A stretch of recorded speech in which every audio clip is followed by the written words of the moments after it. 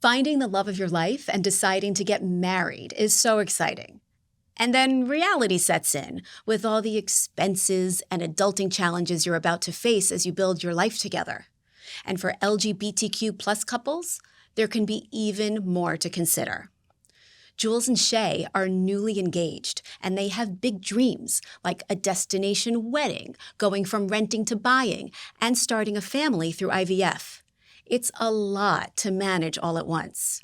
You'll hear their conversation with financial advisor Carolina as they plan for all their goals and find out about some of the unique considerations for queer families. Plus, how to unlock a financial resource that could make all the difference. There is nothing that's going to stop us from gathering and celebrating our love, gay love, our friends. Now more than ever, it feels important to do that. Meet Jules. She was recently engaged to her girlfriend Shay, and they're also beginning to merge their lives and their finances. I think we're pretty similar in our desires and goals and how to use money and how to think about money. And yeah, I think our philosophies are super similar. I would say with love that Shay is a bit more type A than I am. Her Excel sheets would amaze you. But we really do come at it with intention. And so how do we approach finances knowing that we might not have the same income, our savings are different, our experience with credit cards are different. So how do we take a look at what we both have and see where we are proficient, where the gaps are, and it's all coming to a head, right? What's all coming to a head, as both Shay and Jules are about to turn 30, are their many goals and dreams. We are thinking about a wedding, but at this stage of life, we are also considering what it would be to buy a home. And then because we are a queer couple, 2 women, I think that children is a big topic for us. Considering our ages, we are aware that if we were to harvest eggs, that having the harvesting done earlier on in our life might give us a better chance of the healthy babies that we want for later in life. This episode is about helping Shay and Jules plan for all these big dreams and expenses. But it's also about building a relationship with a financial advisor together. You see, currently, they each have their own advisor. Jules had been working with an advisor she'd inherited from her parents, until she heard about Carolina.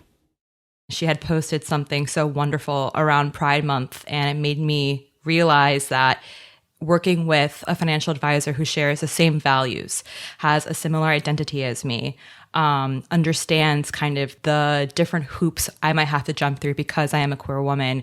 It just all aligned so perfectly. And when we met, it was a pretty instant connection because we had those similarities. And so Jules hired Carolina to be her financial advisor, and she hopes Shay will also switch FAs and start working with Carolina too. Similar to Jules, I was kind of grandfathered in to my parents' financial advisor. And while it is extremely convenient and I didn't really have to think twice about it, hearing how Jules met Carolina and the connection that they have, you kind of don't realize what you don't have until you see it in someone else. So I'm really looking forward to meeting Carolina and speaking with her. And that's where we'll start today. I'm Jamie Roô, and welcome to What Should I Do With My Money, an original podcast from Morgan Stanley. We match real people asking real questions about their money with experienced financial advisors. Here at Morgan Stanley, we work with a range of clients.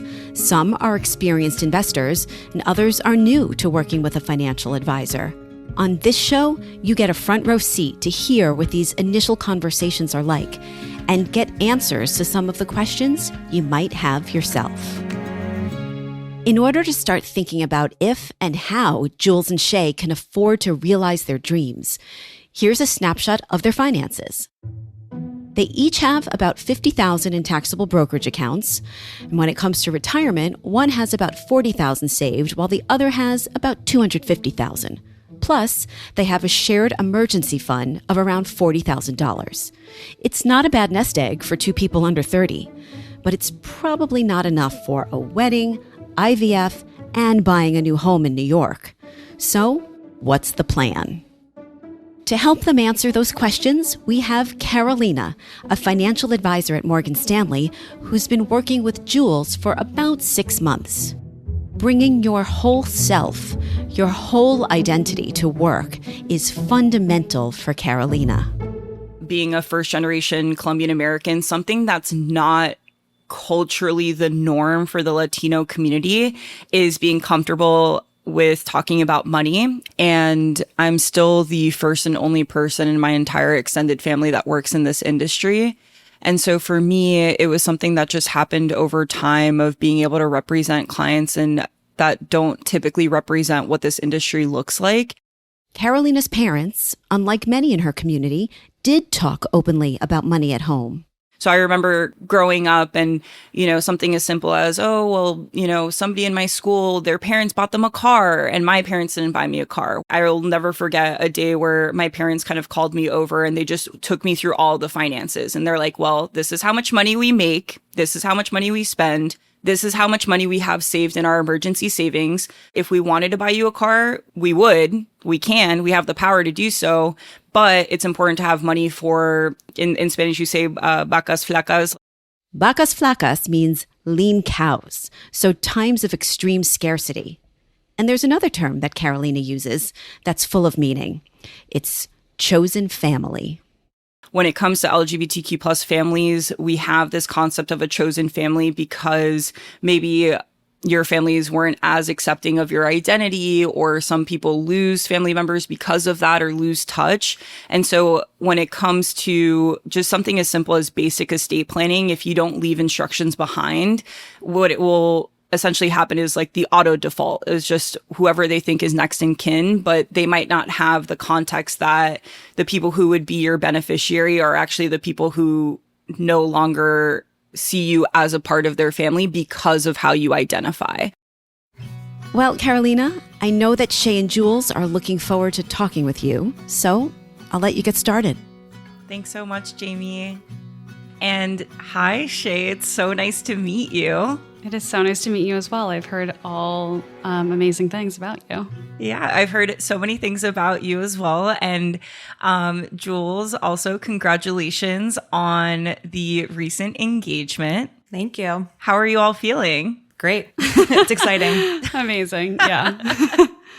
Well, I'm so excited that you all are finally in motion with this. I know that when Jules and I first started working together, just being a part of the conversations about buying engagement rings, and now seeing that that's all coming together and you're moving on this next stage of your journey together is really exciting. You helped, Carolina. I was certainly lost when I came to you. 2 women, 2 rings, and I had a lot of questions. So you helped me tremendously. And I'm very excited that now you and Shay can connect and we can all talk about what's coming next. So, Shay, I'm sure Jules told you that when we first started our conversations together, we spent a lot of time just really trying to understand, what your financial picture looks like and really trying to understand what it is that we're actually working towards. So I've heard a lot from Jules directly, but since this is the first time that we're actually meeting, I just wanted to hear from you, like, what's going on? Like, what's top of mind for you right now from a financial perspective? I think overall, I feel in a pretty good place with the basics, but as you age and we're kind of like embarking on this journey of getting married and kind of combining finances, I think just the things that you're setting goals for get bigger and feel scarier. And with goals like planning a wedding, we've never done that before, buying a house, we've never done that before, and family planning, we've never done that before. So it feels a little daunting and foreign, and we just want to be in a place where we feel really financially stable.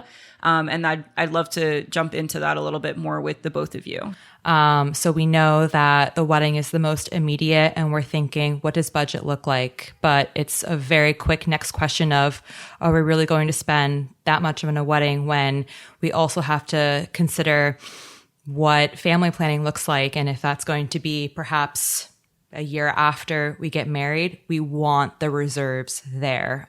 So the idea of depleting all of our savings and our funds for a wedding when we have other things on our mind it's kind of a difficult barrier for us to cross. And at the same time, we are renters. We do have a good situation, but we would like to stay flexible if possible. And perhaps if the right home opens up, we would like the idea of acting on it if we felt comfortable doing that, which of course goes back to the reserves and the funds, right? So how do we balance all three? Okay. So, all right. So let's jump into it. Whenever it comes to financial planning, or really just thinking about building out your wealth strategy, you want to think about your wealth fitting into 3 different buckets. So you have your short-term bucket, your midterm bucket, and your long-term bucket. So for example, when we're thinking about the short-term bucket, these are the goals that are happening within the next 5 years. So the next 1 to 5 years. So with that, your emergency savings and making sure that we're covered there. The wedding planning is on that list as well. Family planning is on that list as well. And then potentially buying a home. Does that sound about right? That's all goals that are in the next 5 years? Yes. Okay. And how daunting. They're so big. Yeah. Yeah. Other things for you to be thinking about in that midterm bucket is, typically when we talk about family planning, we also think about education planning, which I know is wild to think about because you don't have human life yet, but that is something that we would be looking at in the future. Then that long-term bucket can be your retirement savings. So really, we want to make sure that we have something moving in every single one of these buckets. All right.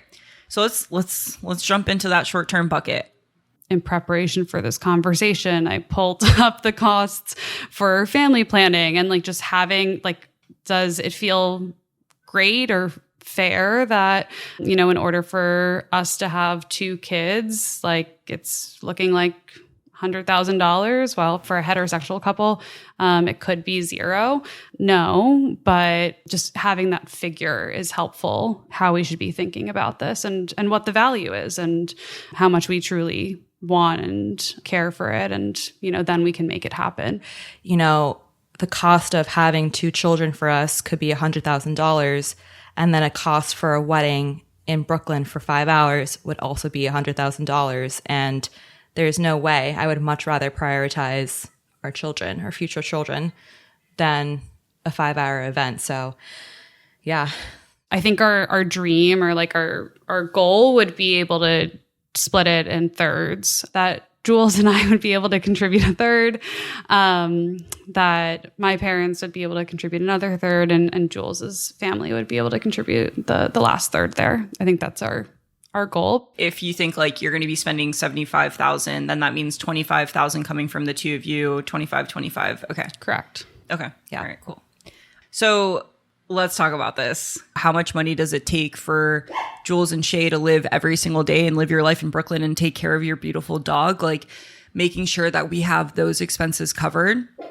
Then from there, we have to solve for $25K. What have you all done to actually start saving towards that number? Are you thinking about pulling from your emergency savings, investment accounts? How are you thinking about getting that $25,000? So the goal is to not touch our emergency. A year doesn't sound that far away, but it is a good amount of time to be putting a little bit from every paycheck. So, and I think we both started doing that around the time of setting aside money for engagement rings and essentially just transitioning that engagement ring fund into a wedding fund. So I think we're about 30% of the way there. Now that we have a date in mind, need to look at that amount per month and seeing if we need to ramp up savings for that goal as it gets closer to the event itself. Okay. So essentially, if you were to be starting from 0 and you're planning a year out, you need $25,000. It's roughly about $2,000 a month that you would need to be saving for this goal. Another little hack, something that I saw that one of my clients was doing, how a lot of millennial weddings, they have those wedding websites where you essentially can just do the honeymoon fund or the house buying fund or whatever. Those come into your bank account the second that people actually put in the payment and process it. Yeah. Great to know. I didn't know I that. know. Okay. I know. So like that, I don't know if you all are thinking about doing something like that. That was some tea, Carolina. Fabulous. I will admit that when we do think about our wedding website and gifts, we really do vision it being cash, but we actually wanted to be for IVF. So we were thinking, help us create a family fund. Okay, so family planning. Let's talk about this. So just walk me through what your game plan is and what you're thinking about and how you envision starting your family. So I work at a financial firm, and I know that we have a really wonderful benefit that helps cover, I believe, up to $70,000 worth of IVF treatments, which is great. Ideally, we would do reciprocal IVF. So we would harvest sooner than later. And when we're ready, we would swap eggs. So I would carry Shay's egg, Shay would carry my egg. We would not get pregnant at the same time. And that's probably right at 5 years, if not more. But we do realize the significance of harvesting sooner and then having the storage, which is a fee that we also would need to consider as well for whatever the duration would be. And have you started the process of looking into how much this is going to cost? Yeah, we've looked at some rough numbers. And so per our research, it's looking like it's about $30,000 a person for egg harvesting and freezing. And then for IVF, something between $15,000 to $20,000 per round. But it actually takes 2.7 rounds on average for each pregnancy. So just doing that math, it's basically about $50,000 per pregnancy. And again, like our goal is we would love to have 2 kids. I'm so glad that you brought this up because it's not a fun conversation to have with clients, is knowing that it could take multiple rounds for it to happen. So something that I do want you all to think about, nobody wants to think about the bad things that can happen, but it is important as your advisor to just kind of talk you through this. You know, if you go through this process and you're going through multiple rounds, how many rounds are you willing to go through before you look at other options, whether it becomes like adoption or surrogacy? But when it comes to game plan here, you're spot on what you're projecting from a numbers perspective. What we want to do is be a student of our employer benefits to make sure that we're maximizing every single dollar that we can there. Quick question for you, and thank you for that. I actually had not thought of how many rounds are we willing to do, so I appreciate that. Question about the benefit, though, from work. Do we have to be married?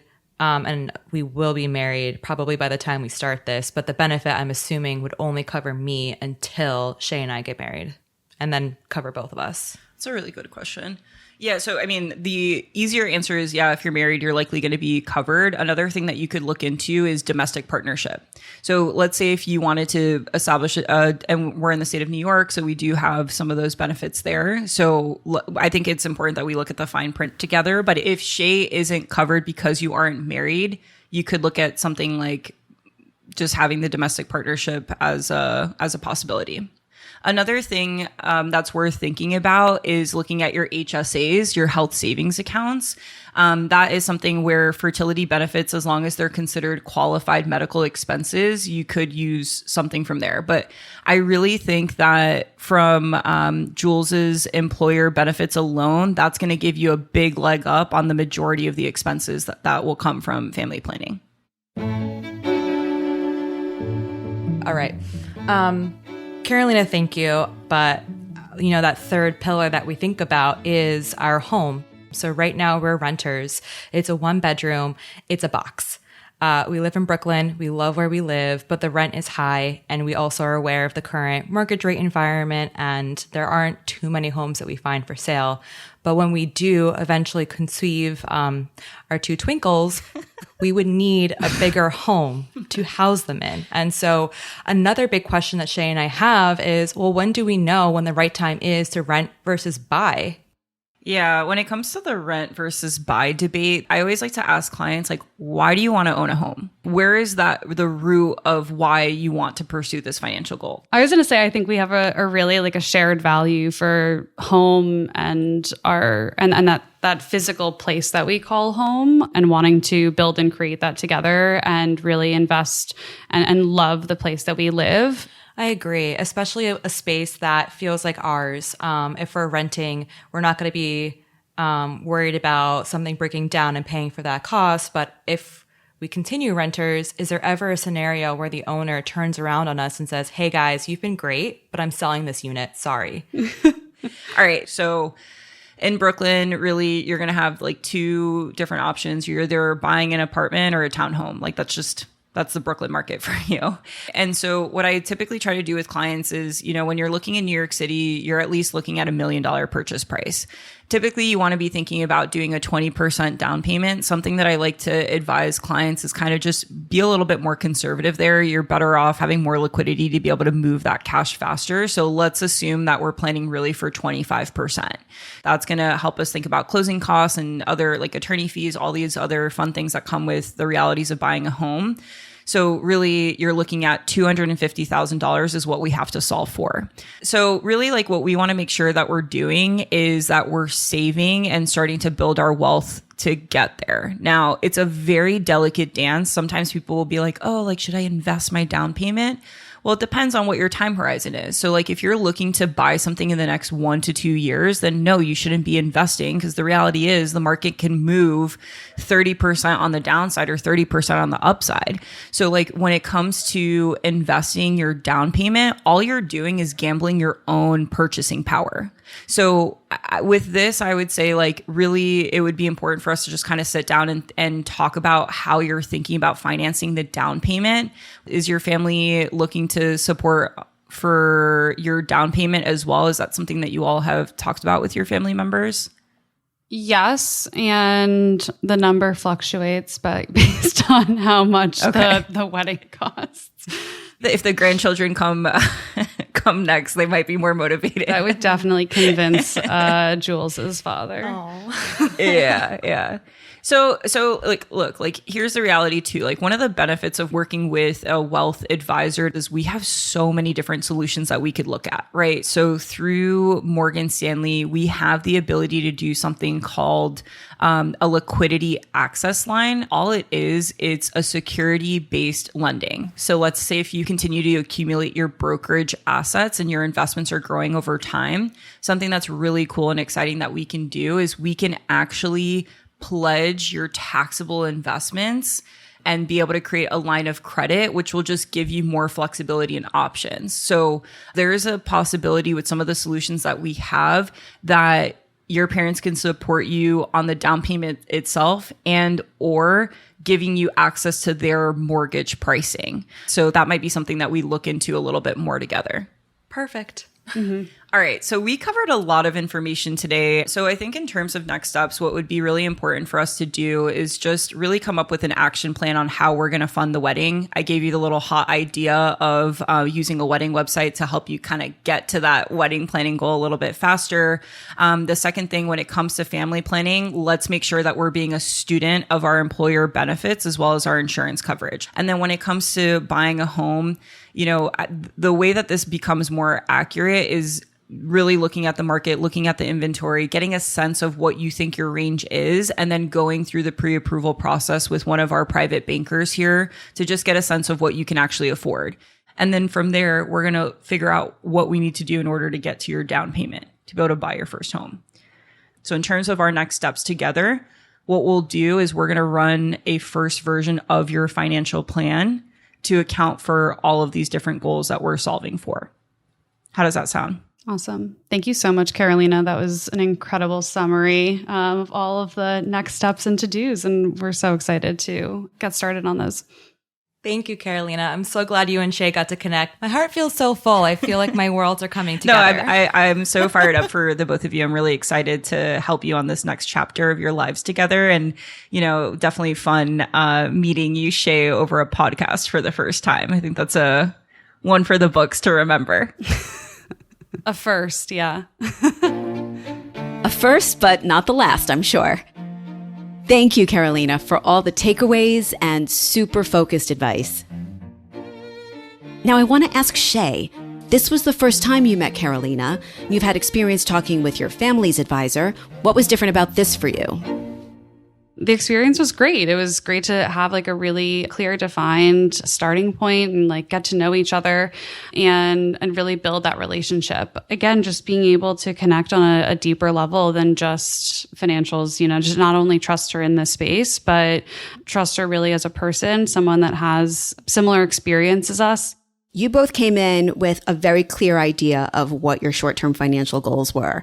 Paying for your wedding, starting a family, thinking about buying your first home. But you didn't have as clear ideas about how that was all going to come together. How do you feel about that now after your conversation with Carolina? We have a long way to go. It feels less daunting knowing that she was able to break out, well, there are benefits and there are opportunities other than just emptying the current savings that we have, which made me feel better. Yeah, I think she was able to break it down and make it feel really accessible to us. What are your immediate next steps? Going and becoming a student of my benefits. Yeah, I'm definitely going to be sending a nice email to my HR team. I think we have a really great goal in mind with the wedding. And so I think we need to take a look at, if we're 1 year away, roughly about $1,000 a month and how we're achieving that together. Makes sense. Well, best of luck to the both of you. There's such exciting things to look forward to and so many great milestones ahead. I wish you both all the best. Thank you so much, Jamie. Thank you so much. If you'd like a deeper dive on what was discussed today, including our financial checklist for newly engaged LGBTQ plus couples, come see us at morganstanley.com/mymoney. I'm Jamie Roô. Talk to you soon. This material has been prepared for general reference and educational purposes only. It does not provide individually tailored investment advice. It has been prepared without regard to the individual financial circumstances and objectives of persons who receive it. Please see our show notes for a full disclaimer on the information provided.